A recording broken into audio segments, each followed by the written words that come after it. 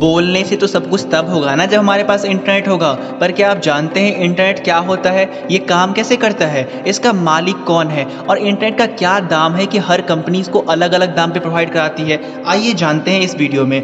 वैसे पहले जान लेते हैं इंटरनेट क्या होता है। देखो भैया, इंटरनेट का फुल फॉर्म होता है इंटरनेशनल नेटवर्क ऑफ कंप्यूटर, मतलब कि दो या दो से अधिक कंप्यूटर को आपस में कनेक्शन होना। आप इंटरनेट की मदद से दुनिया की किसी भी जगह की जानकारी हासिल कर सकते हो। और अगर बात करें सबसे पहले इंटरनेट को, तो भैया ये यूज़ किया गया था 1969 में अमेरिका के रक्षा मंत्रालय के द्वारा।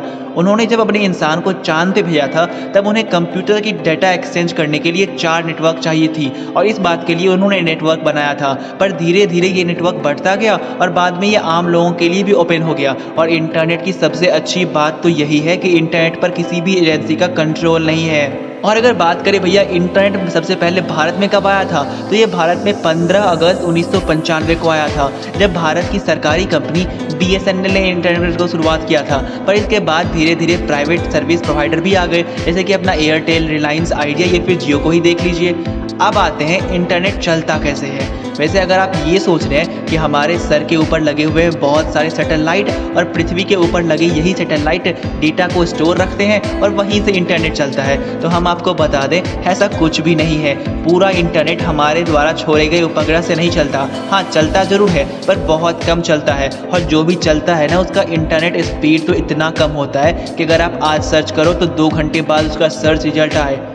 वैसे उपग्रह से पहले चलता था, लेकिन अब ये तकनीक काफ़ी पुरानी हो गई क्योंकि इसका डेटा स्लो होता है। इसीलिए हमारे इंजीनियर्स ने एक नई तकनीक खोज निकाली। आज हम फास्ट इंटरनेट यूज़ कर रहे हैं, उसका मुख्य कारण है ऑप्टिकल फाइबर केबल।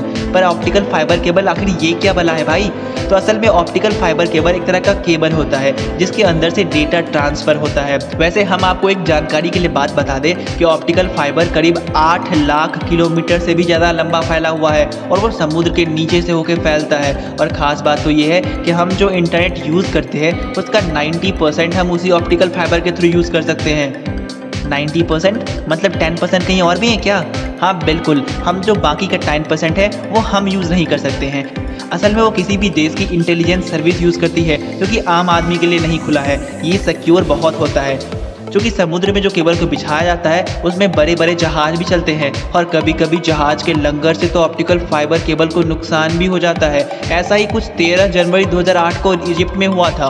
इजिप्ट ने कम लागत में और खर्चा बचाने के लिए अपने जो ऑप्टिकल फाइबर लगाए थे उसे बहुत गहराई में नहीं लगाया था, जिस कारण से एक बहुत बड़े क्रूज जहाज के चलने के कारण उनका नेटवर्क 70% तक बंद हो गया। लेकिन भैया अब भी समस्या का समाधान निकाल लिया गया है। अब ऑप्टिकल फाइबर केबल की निगरानी करने के लिए एक स्पेशल टीम हायर की है जो 24 आवर्स उसकी निगरानी करती है और जरा सा भी नुकसान समझ में आने पे तुरंत उसे बदल देती है। तो भैया इस वजह से चलता है आपका इंटरनेट। अब आप समझ गए होंगे कि इंटरनेट कैसे चलता है। अब आते हैं अपने तीसरे क्वेश्चन पे कि भैया इंटरनेट का मालिक कौन है। तो देखो, इंटरनेट की सबसे अच्छी बात यही है कि इंटरनेट का कोई एक मालिक नहीं है और ना ही किसी एक एजेंसी का इंटरनेट पर एकाधिकार है। दरअसल में इंटरनेट बहुत सारी एजेंसी से होके चलती है। अब आते हैं इंटरनेट काम कैसे करता है। तो देखो भैया, इंटरनेट का यूज़ करने के लिए चाहिए होती हैं 3 चीज़ें। पहला होता है ई सर्वर। अब ई सर्वर क्या होता है? तो ई सर्वर एक ऐसा जगह होता है जहाँ पे सारी डेटा इन्फॉर्मेशन को सेव करके रखी होती है। तो भैया दूसरा आता है इंटरनेट सर्विस प्रोवाइडर, यानी कि आपका सिम कार्ड, चाहे आप रिलायंस यूज़ कर रहे हो, एयरटेल यूज़ कर रहे हो या फिर आइडिया। उसके बाद आता है आपका फ़ोन या PC, जैसे आप इंटरनेट को ब्राउज कर रहे होगा और अगर आपके पास फ़ोन काम कर रहा है तो फिर आप उसका वीडियो देख सकते हैं। तो है ना कमाल की बात। वैसे अगर आपको सुनने में ऐसा लग रहा है कि ये बहुत ही लंबा प्रोसेस है, तो ऐसा कुछ नहीं है, क्योंकि ये एक ऑटोमेटिक प्रोसेस है और ये बहुत जल्दी हो जाता है। तभी तो आप चुटकियों में सर्च कर लेते हैं। अब भैया आते हैं कि इंटरनेट का एक्चुअल दाम क्या है। क्योंकि जब जियो आया था तब वो फ्री में इंटरनेट बांट रहा था और उस समय एयरटेल और बाकी सिम की कंपनियों का इंटरनेट प्राइस ज़्यादा था। लेकिन अब जियो ने कुछ पैसा लेना स्टार्ट कर दिया तो बाकी इंटरनेट कंपनियां भी टक्कर देने के लिए उसी पैसे पे आ गई। पर आखिर ऐसा क्यों? इंटरनेट का एक्चुअल दाम क्या है? तो भैया ये सुन के चौंक जाओगे कि इंटरनेट बिल्कुल फ्री है। मतलब इंटरनेट बिल्कुल फ्री है, ज़ीरो ऑफ कॉस्ट।